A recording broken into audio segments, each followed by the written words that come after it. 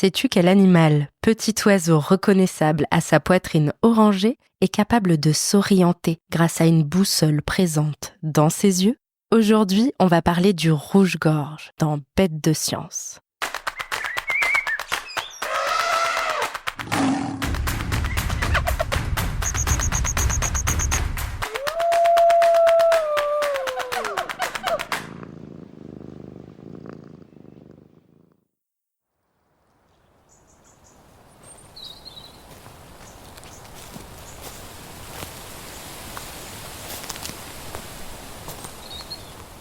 Nous voici au cœur de la forêt, par une fraîche matinée de janvier.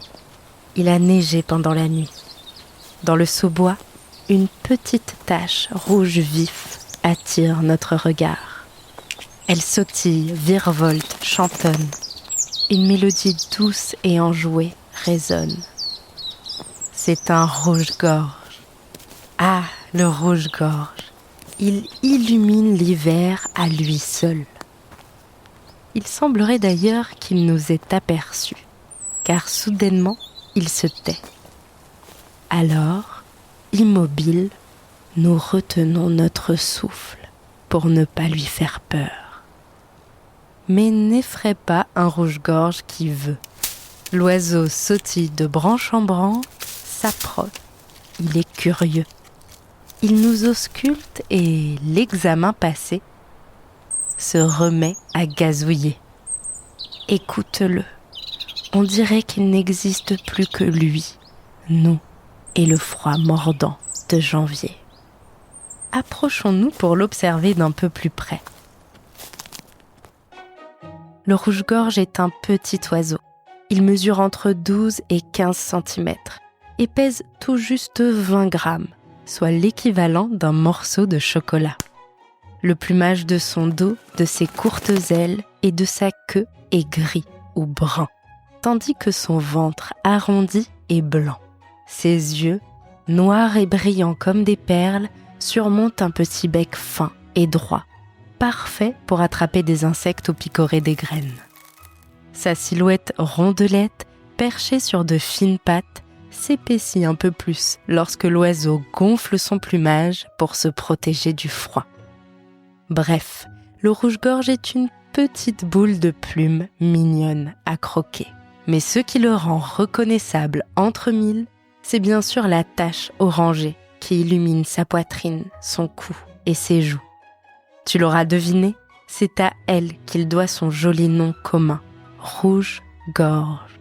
Mais c'est aussi à elle qu'il doit son nom scientifique, Erythacus rubecula, qui combine les mots grecs Erythakos et le latin rubeus, qui désignent tous deux la couleur rouge.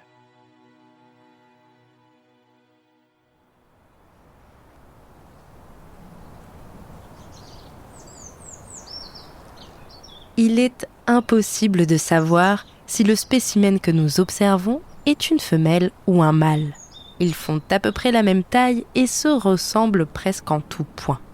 Les juvéniles, eux, sont reconnaissables à leur plumage. Petits et chétifs, ils n'abordent pas encore la fameuse tache orangée. Par contre, ils grandissent vite. En 14 jours à peine, le petit rouge-gorge atteindra la taille de ses parents. Le rouge-gorge appartient, comme le moineau, à l'ordre des passeriformes, surnommé l'ordre des oiseaux chanteurs. Et de fait, le rouge-gorge est un véritable mélomane qui pousse la chansonnette du lever du soleil à la tombée de la nuit. Pour ce faire, il peut compter sur sa syrinx, un organe situé dans sa gorge, équivalent à notre larynx, à nous, les humains. Tu sais, l'organe qui abrite nos précieuses cordes vocales. Point de cordes vocales chez le rouge-gorge, mais un chant mélodieux à la douceur parfois trompeuse. Car si le chant permet à cet oiseau solitaire de reconnaître ses voisins, séduire une femelle ou communiquer, il lui permet surtout de menacer quiconque oserait s'approcher. Et oui, pour défendre son territoire, essentiel à sa survie, le rouge-gorge chante à tue-tête et ne recule devant aucune prise de bec. D'ailleurs, il est important de noter que la femelle rouge-gorge défend son territoire, tout comme le mâle, et qu'elle chante aussi. Les scientifiques ont longtemps délaissé les aptitudes musicales des femelles oiseaux, au profit de celles des mâles, et ne les ont tout simplement pas étudiées. Aujourd'hui, on découvre donc un nouveau champ de recherche sur les chants des femelles qui s'annonce absolument passionnant. Mais revenons-en à nos prises de bec. Si un intrus s'approche du territoire du rouge-gorge, celui-ci bombe son plastron orangé pour impressionner son adversaire. Le plus souvent, cela suffit à faire décamper l'intrus. Mais si l'affrontement persiste, notre compagnon peut se montrer féroce, allant jusqu'à engager un combat acharné. Et oui, le rouge-gorge est un petit guerrier. Pour établir son territoire, le rouge-gorge choisit la forêt et les campagnes. On peut l'observer dans toute l'Europe, le pourtour méditerranéen et une partie de l'Asie. Mais il est aussi volontiers de passage dans nos jardins. Réputé pour être l'ami des jardiniers, le rouge-gorge adore faire son marché dans la terre de nos massifs et de nos potagers. Elle abrite en effet les chenilles, fourmis, vers de terre, mille-pattes et autres bestioles dont raffole cet insectivore, même s'il ne dédaigne pas les baies, les fruits ou les graines. En hiver, son régime alimentaire le pousse parfois à migrer vers le sud, en quête de nourriture et de températures plus douces.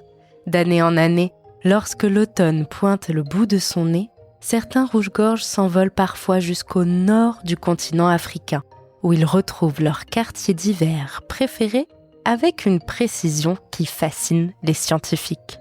D'autant qu'ils voyagent seuls et de nuit. En voilà un sacré exploit. Tous les rouges-gorges ne migrent pas, c'est pourquoi on les qualifie d'oiseaux semi-migrateurs. Ainsi, il est tout à fait possible que notre compagnon du jour ait quitté le froid du nord de l'Europe seul une nuit d'automne et qu'il ait parcouru plusieurs centaines de kilomètres pour venir passer ses vacances d'hiver en notre compagnie. Incroyable, n'est-ce pas ? Le voici d'ailleurs qui s'envole pour aller égayer de sa présence d'autres recoins de la forêt, ou peut-être pour aller défendre son territoire avec ténacité, qui sait.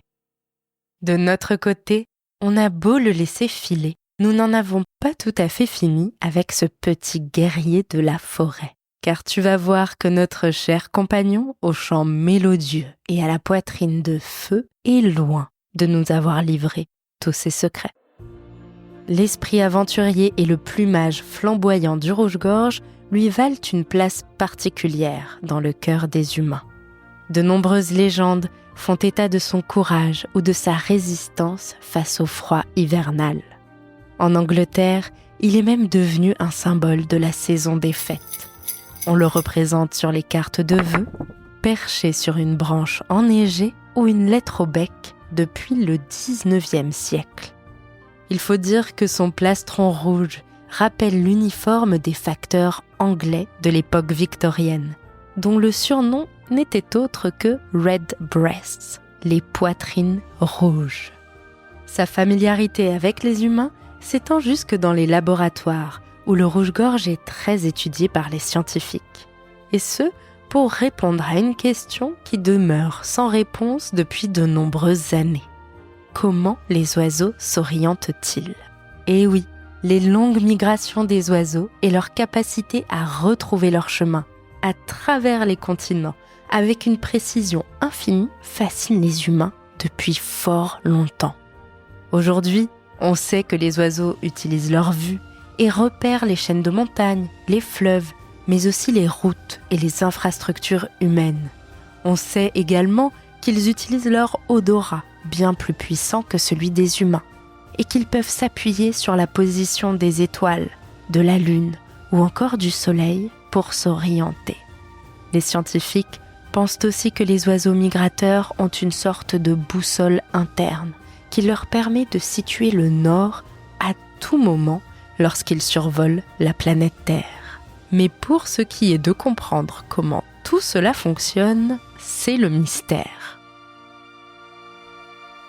Enfin, Le mystère, oui et non.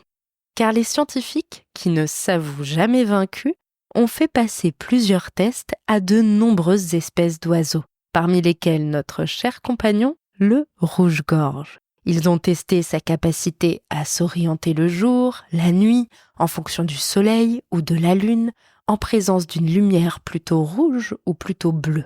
Et après de nombreuses années d'études, ils ont fait une découverte fascinante.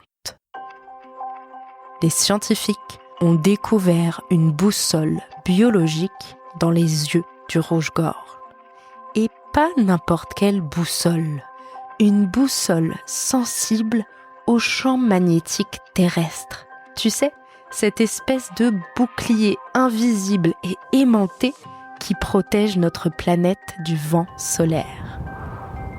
Cette boussole fonctionnerait grâce à un mécanisme infiniment petit qui rendrait les yeux du rouge-gorge sensibles au champ magnétique terrestre et lui permettrait donc de toujours savoir où il se trouve sur la carte du monde. Incroyable, n'est-ce pas? Alors cette boussole ne ressemble en rien à nos boussoles à nous, humains. On ne comprend pas encore tout à fait comment elle fonctionne, ni comment les petits rouges-gorges apprennent à s'en servir. Mais ce que l'on sait à présent, c'est qu'au cœur de l'hiver, ce petit oiseau flamboyant nous regarde avec des yeux encore plus fascinants que tout ce que l'on aurait pu imaginer. Allez, on récapitule. Oiseau solitaire et territorial, le rouge-gorge appartient à l'ordre des passereaux. C'est un aventurier connu pour son caractère bien trempé, qui raffole des insectes qu'il vient parfois débusquer jusque dans nos jardins. Curieux et peu farouche, le rouge-gorge est un oiseau semi-migrateur, qui est capable de s'orienter lors de ses longs voyages grâce à une boussole biologique présente dans ses yeux. Alors, pas si bête, le rouge-gorge. Merci d'avoir suivi cet épisode de Bête de Science. Si ce podcast te plaît, tu peux t'abonner pour découvrir de nouveaux épisodes toutes les 2 semaines et en apprendre toujours plus sur la vie fascinante des animaux. Si tu nous suis sur Spotify ou Apple Podcast, tu peux même nous laisser 5 étoiles pour nous dire qu'on a fait du bon travail. Ou nous laisser un commentaire si tu veux qu'on parle d'une bestiole en particulier. À bientôt, jeune aventurière et jeune aventurier.